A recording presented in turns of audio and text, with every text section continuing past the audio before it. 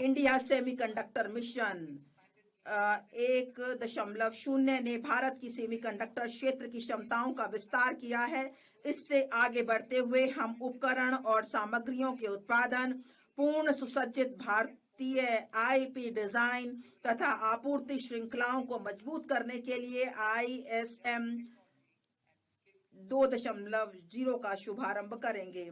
हम उद्योग को विकसित करने तथा कुशल जनशक्ति तैयार करने हेतु उद्योग आधारित का भी करेंगे। अप्रैल 2025 में 22,919 करोड़ के परिव्यय के साथ आरंभ की गई इलेक्ट्रॉनिक घटक निर्माण योजना में पहले ही लक्ष्य में दोगुनी निवेश हुआ है। इस तेजी का लाभ उठाने के लिए हम परिव्यय को बढ़ाकर 40,000 करोड़ करने का प्रस्ताव करते हैं।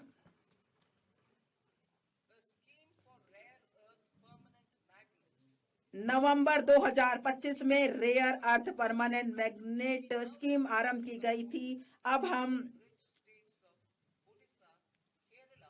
खनन, प्रसंस्करण, अनुसंधान और विनिर्माण को बढ़ावा देने के लिए समर्पित दुर्लभ खनिज कॉरिडोर स्थापित करने हेतु खनिज संपन्न राज्यों ओडिशा, केरल, आंध्र प्रदेश और तमिलनाडु की सहायता करने का प्रस्ताव करते हैं। घरेलू रासायनिक उत्पादन बढ़ाने और निर्यात निर्भरता कम करने के लिए हम क्लस्टर आधारित प्लग एंड प्ले मॉडल के आधार पर एक चुनौती मार्ग के माध्यम से 3 समर्पित रासायनिक पार्कों की स्थापना में राज्यों की मदद के लिए एक योजना का शुभारंभ करेंगे।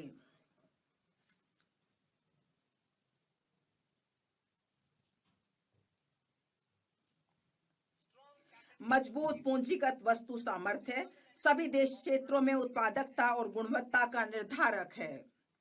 इस क्षमता के निर्माण हेतु मैं निम्नलिखित का प्रस्ताव करती हूं।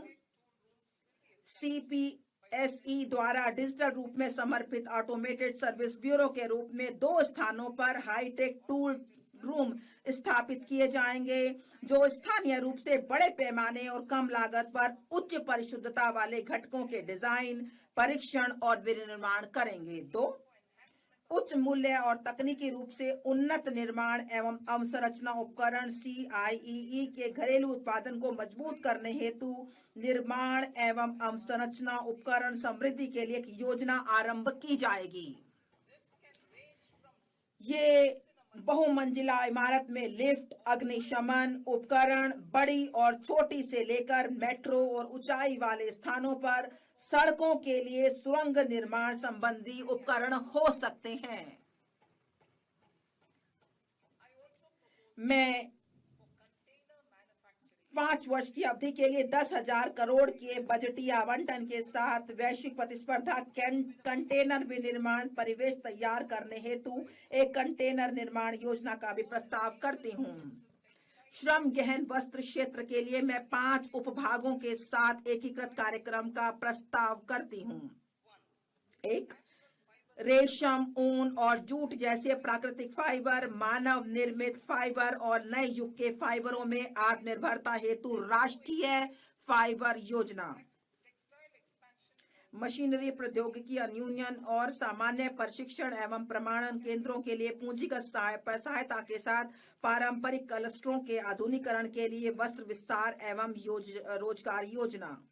3 मौजूदा योजनाओं को एकीकृत एवं सुदृढ़ करने और बुनकरों एवं कारीगरों के लिए लक्षित सहायता सुनिश्चित करने के लिए राष्ट्रीय हथकरघा एवं हस्तशिल्प कार्यक्रम। वैश्विक रूप से प्रतिस्पर्धी और धारणीय वस्त्र परिधानों को बढ़ावा देने के लिए टैक्स इको पहल। उद्योग जगत और शैक्षणिक संस्थानों के सहयोग से वस्त्र कौशल परिवेश के आधुनिकीकरण और उन्नयन के लिए समर्थ 2.0।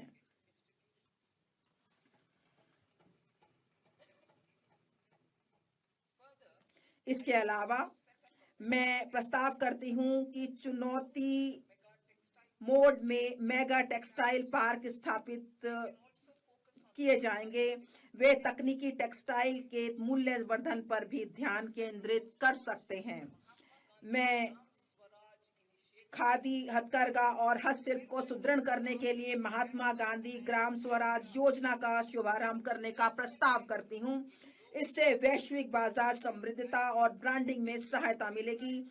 यह प्रशिक्षण कौशल, प्रक्रिया और उत्पादन गुणवत्ता को सुसंगत बनाएगा और सहायता प्रदान करेगा।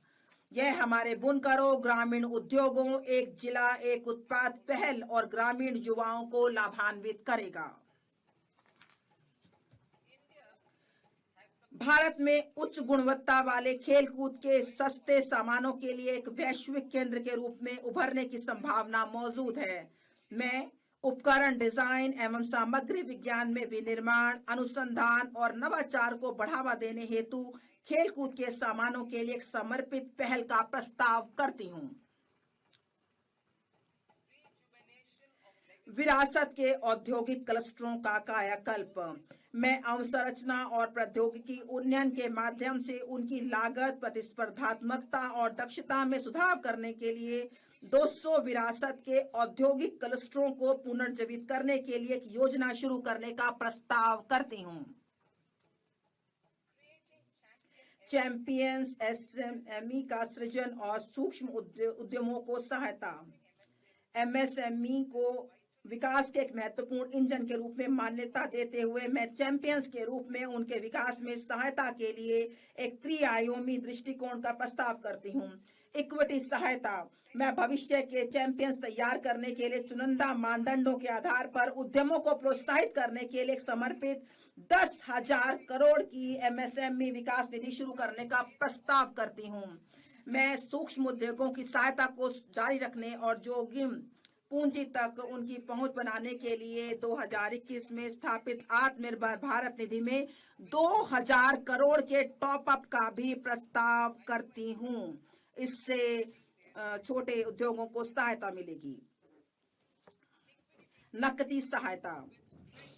ट्रेड्स के साथ एमएसएमई को 7 लाख करोड़ से अधिक धनराशि उपलब्ध कराई गई है। इसकी पूरी क्षमता का लाभ देने के लिए मैं 4 उपायों का प्रस्ताव करती हूँ। 1, केंद्रीय सार्वजनिक क्षेत्र के उद्यमों द्वारा एमएसएमई से सभी खरीद के लिए ट्रेडर्स को लेन देन निपटान प्लेटफॉर्म के रूप में उपयोग करने का निर्देश करना, जिससे यह अन्य कॉरपोरेट के लिए एक मानक बन सके। 2, ट्रेडर्स प्लेटफॉर्म पर बीजक छूट हेतु सीजीटीएमएसई के माध्यम से ऋण गारंटी सहायता तंत्र शुरू करना। 3, सस्ते और त्वरित वित्त पोषण को प्रोत्साहित करने के लिए एमएसएमई में सरकारी खरीद के बारे में वित्त प्रदाताओं के साथ सूचना साझा करने हेतु जेम को ट्रेडर्स को जोड़ना। 4, ट्रेड्स प्राप्तियों को आस्ती समर्पित प्रतिभूतियों के रूप में शुरू करना, जो एक द्वितीयक बाजार के रूप में सहायता करेगा और नकदी एवं लेन देन के निपटान को बढ़ाएगा। पेशेवर सहायता।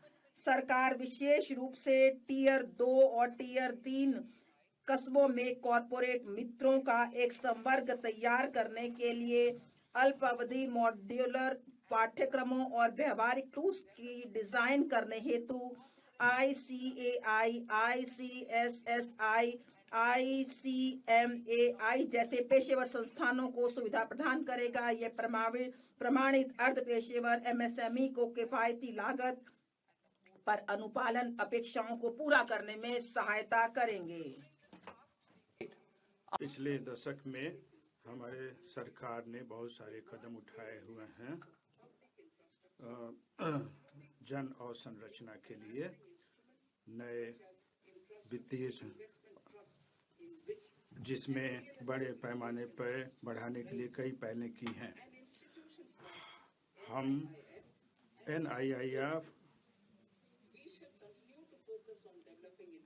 हम सार्वजनिक अवसंरचना को बड़े पर बढ़ाने के लिए कई पहलें की हैं। हम 5 लाख से अधिक आबादी वाले टियर 2, टियर 3 शहरों में अवसंरचना के विकास पर जोर देना जारी रखेंगे, जिन्हें विकास केंद्र बनाने के लिए विस्तारित किया गया है।